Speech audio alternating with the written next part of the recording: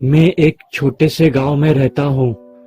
मैं एक किसान का लड़का हूँ। मेरी मॉम तो मेरे बचपन में ही मर गई थी, पर मेरे पापा अभी भी जिंदा है। मैं मेरे पापा और मेरे सौतेली माँ और मेरे सौतेले भाइयों के साथ रहता हूँ। कहने को वो मेरे सौतेली माँ है, पर मेरे सगे माँ से भी ज्यादा मुझे प्यार करती है।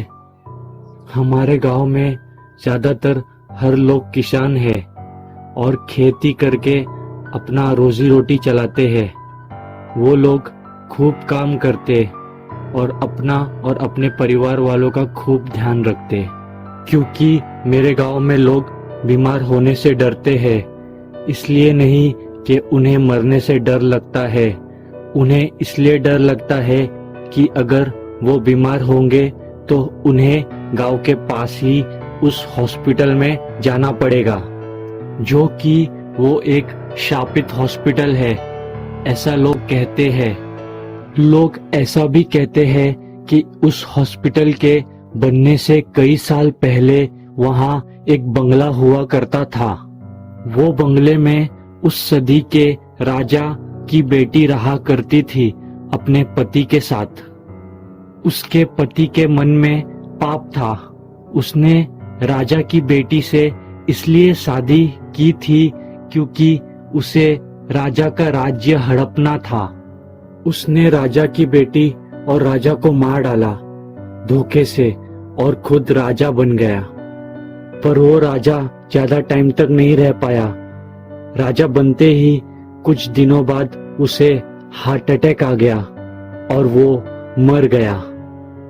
कहते हैं राजा की बेटी मरते टाइम एक श्राप दिया था उसके पति को कि तेरे जैसे पापी इंसानों को मैं अपने सर जमीन पर जीने नहीं दूंगी। उसके पत्नी के मरने के बाद उसके पति ने उस बंगले के नीचे ही राजा और राजा की बेटी की लाश को दफन कर दी थी। और जब उसका पति मरा हार्ट अटैक से, वो भी उसी बंगले में था। कहते हैं कि उसका पति हार्ट अटैक से नहीं, वो तो उस श्राप से मरा था। कई सदियां गुजर गई। वो बंगला किसी डॉक्टर ने खरीदा और वो बंगला तोड़ के उसने उस जमीन पर एक हॉस्पिटल बनाया। वो बंगला तो चला गया, पर वो बंगले के नीचे का जमीन नहीं गया और ना कि वो श्राप गया जो राजा की बेटी ने दिया था। उस हॉस्पिटल की खासियत थी कि उस हॉस्पिटल में आप बड़े से बड़े बीमारी लेके जाओ ठीक होने। अगर आपने जिंदगी में कोई पाप नहीं किया तो आप बच जाओगे बीमारी से। पर अगर आप एक पापी हो, आपने जिंदगी भर खूब पाप किया है, तो भले आपको एक छोटा सुई लगा हो और आप वो हॉस्पिटल में इलाज करने गए हो, आप जिंदा बच ही नहीं सकते। एक अदृश्य शक्ति है वहां पे जो आज भी पापी लोगों को मारती है उस जमीन पर। कहते हैं वो उस राजा की बेटी की आत्मा है जिसे आज भी मुक्ति नहीं मिली और वो सब पापी लोगों को मार रही है। मुझे उस हॉस्पिटल में कभी नहीं जाना था, कभी नहीं। हालांकि मैं पापी नहीं था, मैंने पूरे जीवन सिर्फ अच्छे काम किए थे, पर मुझे डर लगता था वहां जाने को। पर किस्मत देखो, एक दिन ऐसा वक्त आया, मेरे पापा को खेतों में काम करते वक्त एक सांप ने काट लिया और मुझे ना चाहते हुए भी उस शापित हॉस्पिटल में पापा को लेके जाना पड़ा, क्योंकि वो ही एक हॉस्पिटल है जो गांव के एकदम पास में है। हॉस्पिटल पहुंचते ही डॉक्टर ने बहुत अच्छे से इलाज किया मेरे पापा का और मेरे पापा को बचा लिया सांप के जहर से। मेरे पापा जहर से तो बच गए थे, पर अभी तक उन्हें होश नहीं आया था।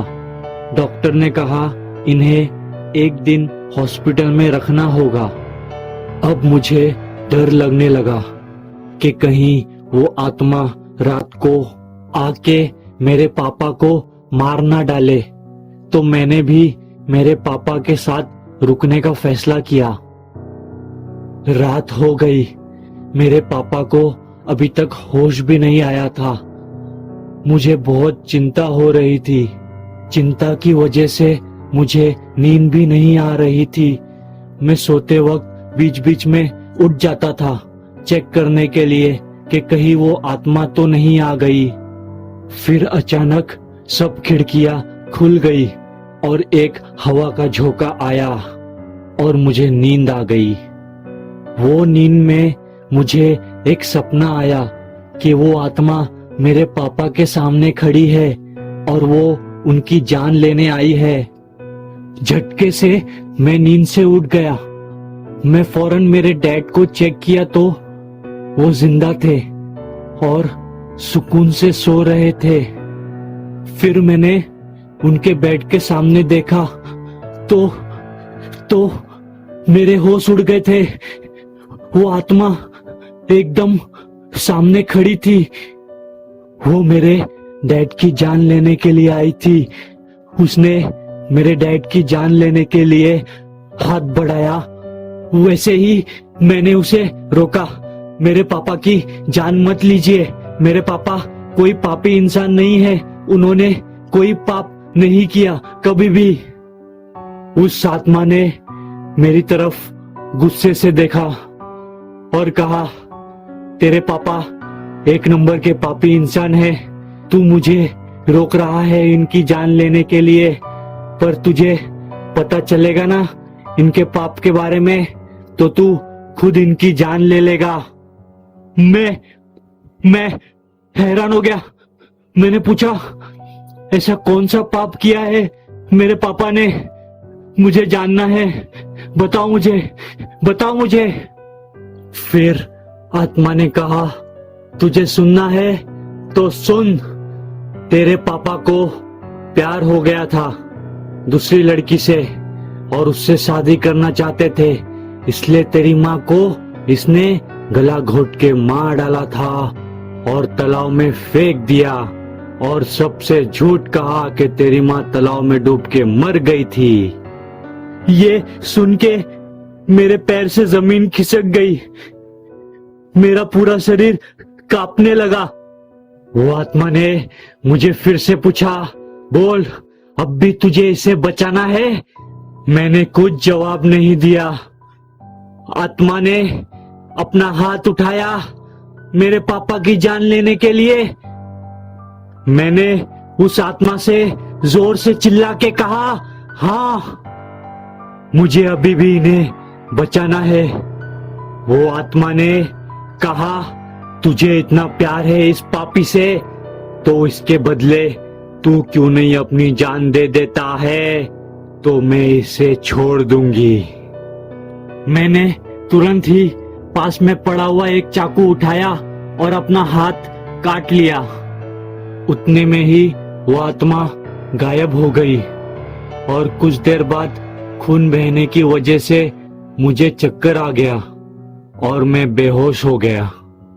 अगले दिन मुझे होश आया और मैंने देखा कि मेरा हाथ बिल्कुल ठीक हो गया। वहां से खून नहीं आ रहा था और मेरे पापा को भी होश आ गया था और डॉक्टर ने डिस्चार्ज भी दे दिया हॉस्पिटल से। मैं और मेरे डैड हॉस्पिटल से बाहर आ रहे थे, वैसे ही मेरे सीने में दर्द शुरू हो गया और मैं दर्द के कारण नीचे गिर गया। मुझे हार्ट अटैक आ गया और मैं मर गया। असल में वो आत्मा ने असली पापी को पहचान लिया था। मुझे लगा मैं मेरे पापा की जान बचाने की एक्टिंग करके उससे बच जाऊंगा, पर मैं गलत था। मेरे पापा को किसी सांप ने नहीं काटा था। मैंने उन्हें खुद जहर दिया था ताकि उन्हें मार के सारे खेत और जमीन अपने नाम कर सकूं और उसके बाद मैं मेरी सौतेली माँ और सौतेले भाइयों को भी मार डालूं। हेलो फ्रेंड्स, मेरा नाम प्रमोद सक्सेना है।